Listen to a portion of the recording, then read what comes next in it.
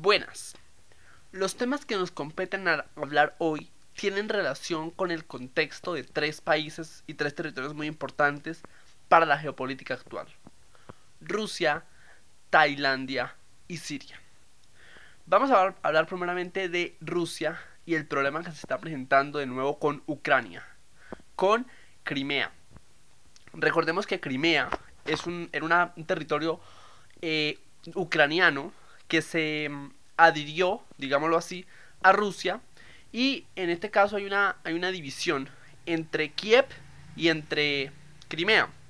Es importante destacar esta estructura que se ciñe sobre Ucrania, porque es que lo que pasa es que unos quieren independizarse de ese manto ruso o de ese paradigma ruso de modelo económico, que son los que viven en Kiev, y lo que son Crimea son aquellas personas que quieren volver a estar bajo el protectorado ruso, digámoslo así en algún sentido, en el contexto económico, en el contexto social, y obviamente alejarse un poco de la Unión Europea.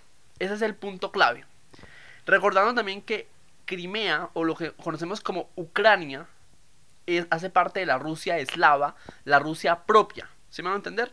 Es decir, hay cuatro tipos de Rusia, ¿sí? Cuatro tipos de Rusia, o los países, contando a Rusia y contando a los países pues que están alrededor de Rusia, tenemos cuatro regiones fundamentales. Tenemos la Rusia báltica, que son Lituania, Letonia, Estonia, Polonia y Finlandia. Tenemos el Cáucaso, que es la Rusia caucásica, que es Georgia, Armenia y Azerbaiyán. Tenemos las repúblicas centroasiáticas, que son Turkmenistán, Uzbekistán, toda esa estructura. Y tenemos la cuarta región, que es la Rusia eslava, la Rusia propia. La Rusia propia porque es que los rusos vienen de los pueblos eslavos de la antigüedad, y ellos entonces, pues Ucrania es un pueblo de la antigüedad. Ucrania es de la Rusia primigenia, es decir, la Rusia primigenia estaba formada por Rusia, Bielorrusia y Ucrania.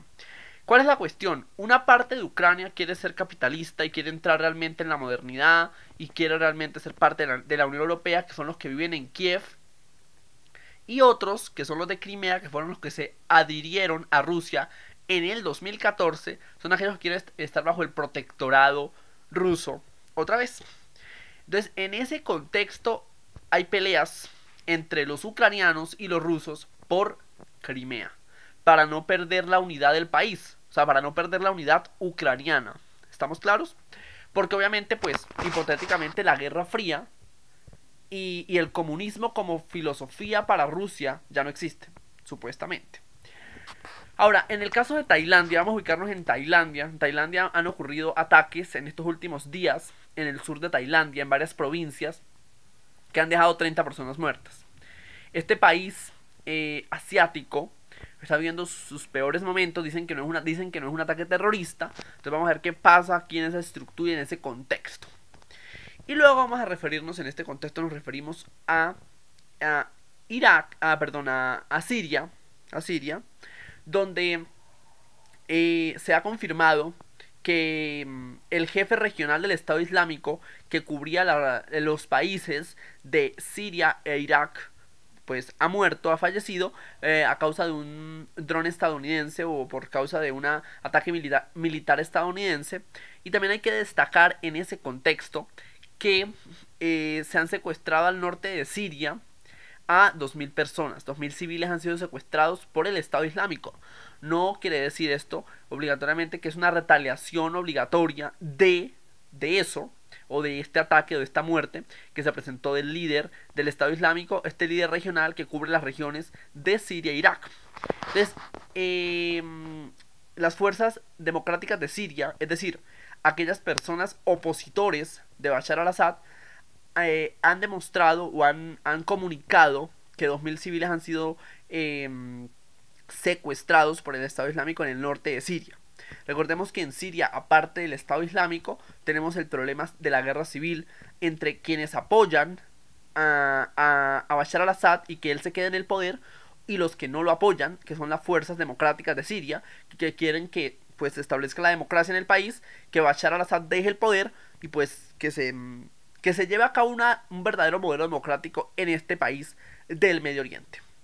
Entonces, yo espero que este video les haya permitido entender un poco las estructuras que se ciñen sobre Medio Oriente y sobre otros territorios y el papel tan importante que sigue teniendo Rusia en toda la geopolítica.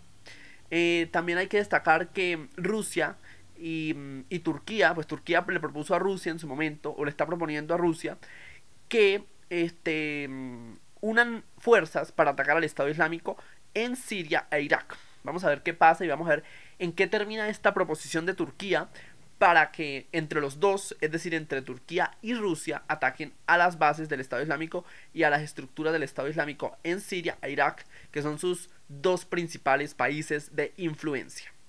Entonces yo espero que les haya gustado mucho este video, que se suscriban, que lo añadan a sus favoritos, que lo compartan en todas sus redes sociales y nos vemos en una próxima oportunidad desde los espacios de la geopolítica y del contexto actual que se ciñe sobre Medio Oriente y sobre Rusia y sobre Tailandia y la importancia geopolítica que el gigante ruso, que el gigante país Rusia cobra en el mundo, y desde su importancia, desde su trascendencia en la geopolítica actual, en la narración, Rafael Rincón. Y para ustedes, feliz fin de semana.